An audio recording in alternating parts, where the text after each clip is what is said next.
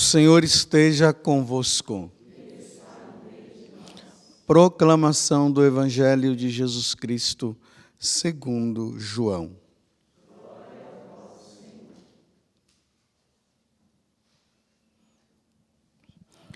Naquele tempo, Jesus foi para o Monte das Oliveiras.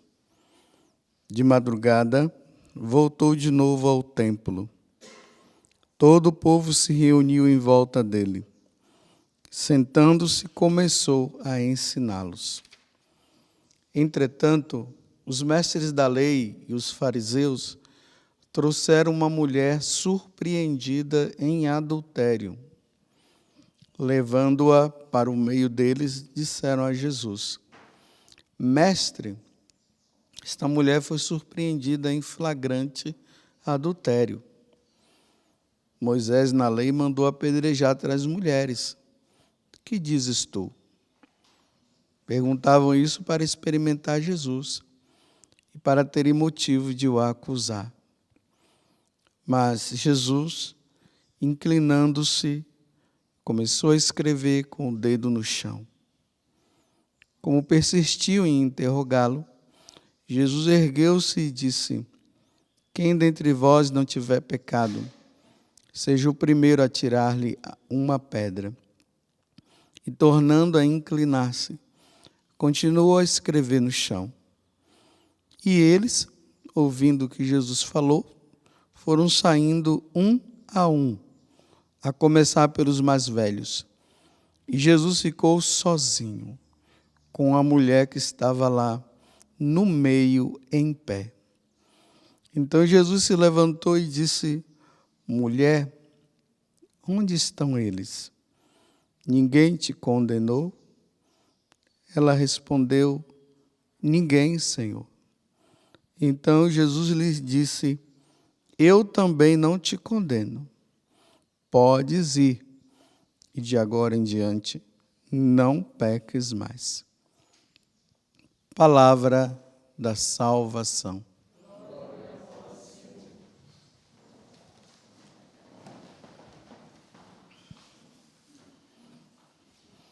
Estamos na 5ª semana da Quaresma.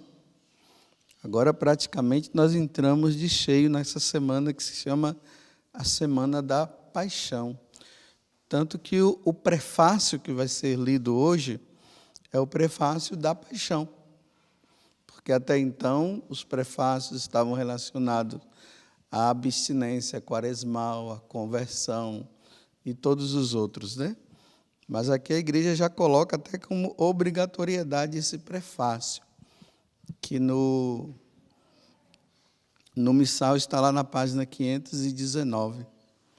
E nós vamos vendo ainda essa situação dramática que, por Jesus ter curado aquele homem no dia de sábado, e por ele ter se declarado Filho de Deus, as autoridades religiosas daquele tempo estavam procurando agora toda a maneira e toda a forma para pegar Jesus em alguma situação para prendê-lo e matá-lo.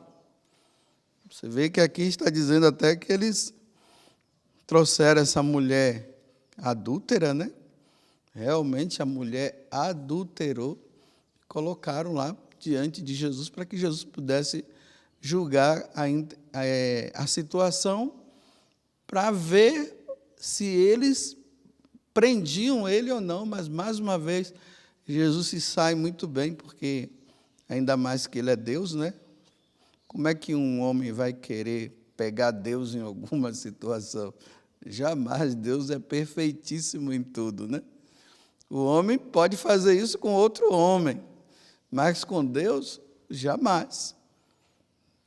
Então a mulher foi surpreendida em adultério.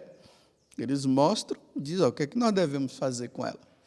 Porque a lei mosaica diz que deve apedrejá-la.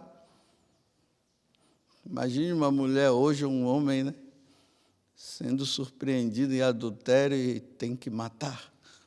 Mata. A lei antiga era dura. Olho por olho, dente por dente. Era assim.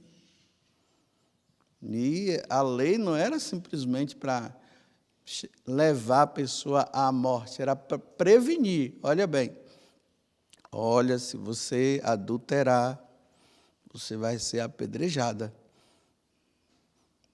É assim que o mandamento ele deve agir na nossa vida.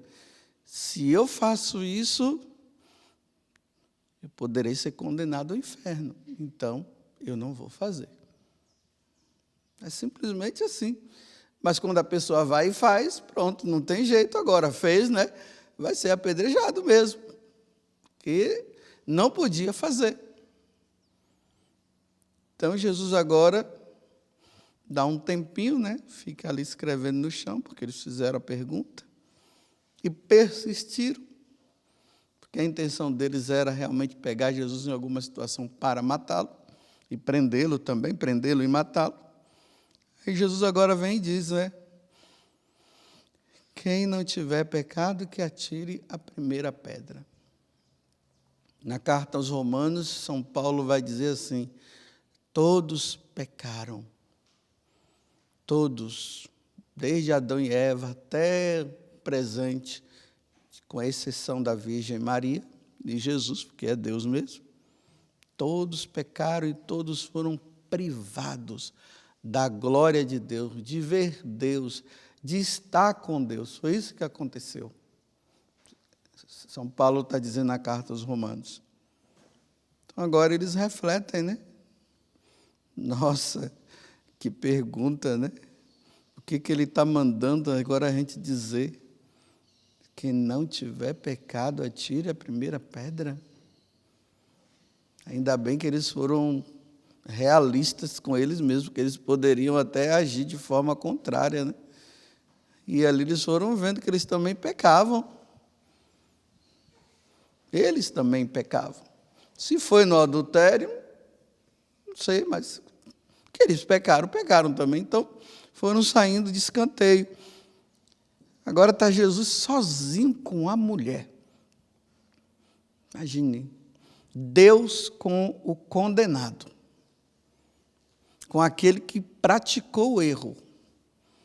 Vocês veem que na primeira leitura, essa história aqui de Susana, né, ela foi condenada por algo que ela não fez. Houve toda uma tramóia, toda uma mentira ali em volta. Depois vocês peguem para ler também no livro de Daniel, capítulo 13, a partir ali do versículo 1, né, até o 62. Então, aquela mulher ela foi condenada por algo que ela não fez, mas graças a Deus foi absolvida. Só que essa mulher, ela adulterou, nós precisamos ter em mente isso. Essa mulher, ela adulterou. Então, agora ela está diante do justo juiz. E Deus, Ele é que dá a tonalidade de absolvição ou de condenação. Então, Jesus agora dá uma chance para ela. Ele não disse assim, não, fica tranquilo. Ele está dizendo assim, olha, ninguém te condenou, mulher? Não, ninguém me condenou. Então, tá bom, eu também não vou te condenar. Mas, pelo amor de Deus, não caia mais nesse pecado. Não peques mais. Porque vai em paz. Olha, não peques mais, viu? Mas vai em paz. É interessante como as pessoas usam esse evangelho para justificar o seu pecado e continuar no pecado. Aí o que é que faz? Pega ele pela metade, não pega tudo. Tem gente que pega um versículo da Bíblia e a partir daquele versículo ele manipula tudo. A Bíblia, a leitura das Sagradas Escrituras, elas não podem ser lida a partir de um versículo, não. Tem que ter todo o contexto. Aí sim, você pode iluminar aquele versículo a partir de todo o contexto. Não é pegar apenas o versículo e dizer assim, você está vendo aí, Jesus disse para aqueles homens, né, quem não tiver pecado, que atire a primeira pedra. Pronto. Aí a pessoa justifica, todos nós somos pecadores. e continua pecando. E não muda de vida. Ou pode pegar a segunda parte, né? Mulher, ninguém te condenou? Não, também não te condeno. Tá vendo? Você pega fora do contexto e diz assim, fica tranquilo, Jesus não vai te condenar. E o demônio, ele se utiliza muito disso, viu? Com pecados aí ele diz assim, não, faça, depois, fica tranquilo, Deus não vai levar em conta, não. Agora, a última parte ninguém fala. Vai e não peques mais. Lembre-se daquele homem que estava ali na piscina, e na hora que ele teve o diálogo depois com Jesus, o que foi que Jesus disse? Vai em paz, olha, mas cuidado para não pecar de novo, porque pode acontecer coisa pior, viu? Está vendo? O que é que pode acontecer de pior na vida de uma pessoa que cai num pecado mortal, se não a condenação eterna? O pior é esse. Mas aí, né? As pessoas se justificam, aí fala para o outro assim, às vezes o irmão vai ajudar o outro que está no pecado, aí ele não quer sair, aí quando o irmão vai lá ajudar, olha, você está numa situação errada, cuidado, sai disso, isso não é bom. Quem é você para me julgar? Para continuar. A pessoa não tem boa vontade de querer sair, ela está amarrada naquele pecado, ela está tão ali infiltrada dentro dele, que não quer sair. Aí quando alguém vai ajudar, a pessoa diz assim, fala essas coisas. Quem é você para ficar me condenando? Deus não condenou ninguém. Não. É que você não passou para o outro lado ainda para ver. Passe dessa vida para outra que você vai ver se não tem gente que foi condenada. Uma multidão, muita gente foi. Tem muita gente no inferno. Tem muita gente no céu? Tem, mas tem muita gente no inferno. Com essa justificativa. Se Deus não condena, aí pega assim. Você se lembra daquela passagem lá que está lá no Evangelho de São João, aquela mulher adúltera? Aqueles homens queriam condená-la, mas você viu, Jesus não condenou, não. Quem é você para me condenar? E continua nessa vidinha. E eu repito, esquece que Jesus disse, olha, tudo bem, vá, mas não peques mais, viu? Eu não te condeno, não. Eu não te condeno agora, nessa vida. Deus não condena ninguém nesta vida. A condenação vem pós-morte. Quando se passa dessa vida para outra, aí nós iremos diante dele. E ali lembremos daquela passagem do livro do Apocalipse que nós lemos há umas semanas atrás, no capítulo 20, que todos nós iremos diante de Deus e o livro da vida será aberto. E quem morreu em pecado mortal vai ser jogado no lago de fogo. Então é mentira o que está escrito ali? É por isso que nós não podemos brincar, meus irmãos. Não podemos. Então, como ele está falando do adultério, então aqui vai para os casados. Você que casou na igreja católica, casadinho, mas tudo certinho. Vocês se lembram que as 3 primeiras perguntas, a segunda foi essa. Você promete amor e fidelidade até a morte. Você promete ser fiel a essa mulher, a esse homem que você está recebendo como seu esposo, e a essa mulher que você está recebendo como esposa, você promete fidelidade, ou seja, você não vai buscar outra pessoa a não ser essa. E os dois disseram sim. É um juramento feito a Deus. Então não se pode brincar com esse juramento. Então, a partir desse momento, pronto. Nada de outra pessoa. Olha, um homem e uma mulher casados, eles podem cair no pecado por tentação ou por descaração. Tentação pode ser um momento de fraqueza, a pessoa estava lá, ninguém sabe, às vezes a mulher está carente, ou o homem está carente, não sei, aí a serpente vem com uma lábia bonita e a pessoa acaba caindo. E depois a pessoa diz: o que foi que eu fiz, meu Deus do céu? Meu Deus, o que eu fiz? Traí a Deus, traí minha esposa e traí meus filhos. Como eu podia fazer uma coisa dessa? Arrependimento. A pessoa está extremamente arrependida. Aí ela vai no sacerdote lá e fala, recebe o sacramento da confissão.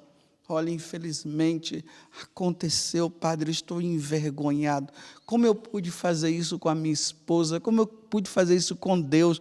Como eu pude fazer isso com os meus filhos? Como é que eu vou olhar agora para os meus filhos? E quando eu olhar para a minha esposa, e também, né, o meu esposo, no caso, como é que vai ser? A pessoa fica humilhada. Gente, numa situação dessa, não tem como Deus não perdoar. Houve arrependimento. Agora, o sem vergonha, ou aquela sem vergonha, que já fez o adultério como uma norma de vida. Tem a mulher dele em casa, tem o esposo em casa, e fora tem o outro, ou tem as outras. E já fez isso. E aí pega essa passagem do Evangelho e fica dizendo assim: mas Deus sabe do meu coração e da minha fraqueza. Olha, era melhor você não ter dito isso. Era melhor que você dissesse assim: olha, Deus não sabe de nada. Talvez você se enganasse até melhor. Mas quando você diz assim: mas Deus sabe da minha fraqueza, sabe mesmo. Mas quando é que você vai sair dessa fraqueza? Por que você não foge da situação? Por que você fica procurando essa pessoa? Olha quantas mulheres amarradas em trabalhos, elas estão no emprego, e lá no emprego ela tem um caso com o chefe. Então, minha filha, perca esse emprego, esse dinheiro não está valendo nada para a tua vida. Me desculpe, é até um dinheiro amaldiçoado. Larga esse emprego, então. Fica na miséria. Mas não na miséria. Fica na miséria, mas não se enriquecer com o dinheiro de adultério. Como tem homens também, com a chefe também, né? Então lá se encontram todo dia. Se já é sem vergonhice. E aí quer que Deus perdoe. Está vendo a manipulação? Eu estou falando isso para você, até você que está me ouvindo ou que está me vendo agora, você está nessa condição até quando? Ainda mais que a morte está se aproximando. E se você morre sem o devido arrependimento, vai querer parar diante do justo juiz, e diante do justo juiz se justificar como? Senhor, mas a mulher adúltera lá, o senhor foi tão bonzinho com ela. Jesus não foi bom com ela, não. Ele falou: crie vergonha na cara, você adulterou mesmo. Eu estou sendo bonzinho com você hoje, para você rever sua vida e parar com isso. Mas você errou mesmo. Agora vai e não faça mais. Foi isso que ele disse para a mulher. Não passou a mão na cabeça dela e ficou ali: tadinha, não sei o quê. Continue, minha filha, pode continuar. Não, ele não falou isso, não. Vai e não peques mais. E esses pecados por pensamento? Porque nós pecamos por obras e por pensamentos também. Confesso a Deus Todo-Poderoso e a vós, irmãos e irmãs, que eu pequei muitas vezes por pensamentos, por obras, por atos, por omissão, por minha culpa, minha tão grande culpa. Eu falei por atos. E aqueles homens casados e aquelas mulheres casadas que vivem no adultério das redes sociais.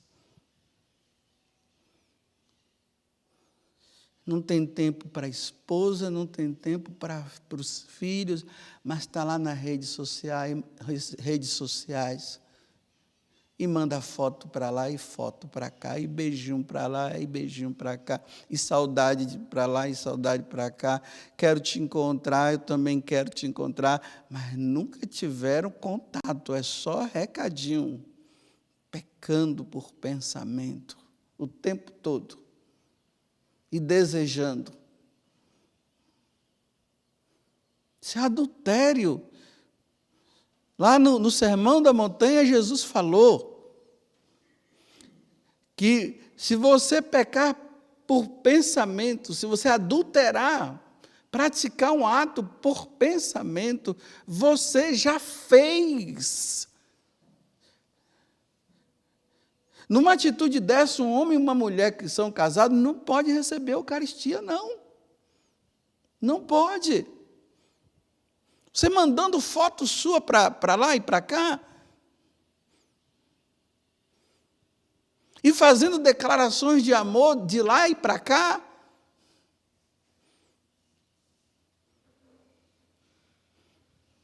Até quando? E depois diz que Jesus é misericordioso, que Jesus é bom, que Jesus é maravilhoso. Sempre, me desculpe, sempre querendo fazer com que Deus, como se Deus fosse um palhaço. Querendo fazer de Deus um palhaço. Brincando com Deus. Até quando? Reflita, estamos no tempo de Quaresma. Precisamos chegar lá diante do crucificado, sim, e ele derramar a cruz por derramar o sangue por cada um de nós, mas com arrependimento. Tem pessoas que elas estão na situação, elas estão tão amarradas que elas já não conseguem mais sair. Faz assim, respira fundo e se joga e vai embora. Corre, sai correndo. Mas não fica nessa situação. Vê que situação, que tempos difíceis que nós estamos, a justificativa não tem problema. Pode continuar desse jeito. E aqui entra também, né, o que é casado na igreja, que se separou e está com outra e não resolve a situação. E continua aí, e dizendo que Deus reconhece que agora eu encontrei a mulher da minha vida. Deveria ter encontrado antes. Agora que encontrou? E vai nessa vida desse jeito até quando? Agora vejam a antífona, né, da aclamação ao Evangelho. Não quero a morte do pecador. Ou seja, eu não quero a condenação daquele que peca. Ele não quer, mas que ele volte, se converta. Está vendo? É preciso mudar de vida, se converta, e aí sim vai ter vida eterna, a partir da conversão. Mas se não se converte, e aqui eu termino dizendo assim, olha, cuidado, meus irmãos, com aquele ato de dizer assim, olha, eu peco, mas depois Deus me perdoa. Aí vai lá e cai, aí vai lá, se confessa, aí vai lá e cai, aí vai lá e se confessa, aí vai lá e cai, e vai e se confessa. Aí diz para a pessoa assim, não tem problema não, nós fazemos, mas depois a gente procura o padre e se confessa. Essa confissão não tem validade. foi até absolvido, mas não tem validade, porque não houve propósito e desejo de se confessar, ou de arrependimento.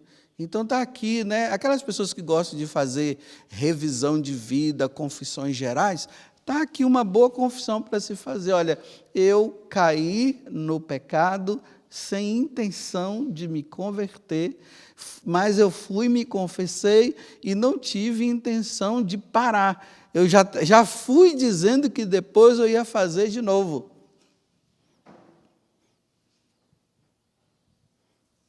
Está vendo que gravidade? Tem que haver arrependimento interior. Então, você que é casado, você que é casada, olhem para o que Jesus está dizendo. Eu não te condeno diante desse mal que você fez, mas eu te perdoo. Mas, por favor, não faça mais não, viu? Vamos parar com essa brincadeira. Vamos parar. Aqui, como eu falei para os casais, cada um reveja também, né? Os solteiros, todos os outros, vejam na sua condição de vida aonde você está brincando com Deus e dizendo assim, mas Ele vai perdoar. Santo Agostinho disse que Deus vai perdoando, vai perdoando, vai perdoando, vai perdoando, até um dia que Ele vai dizer assim, não te perdoo. E quando será esse dia? Quando nós passarmos dessa vida para outra. Louvado seja nosso Senhor Jesus Cristo. E a nossa Mãe Maria Santíssima.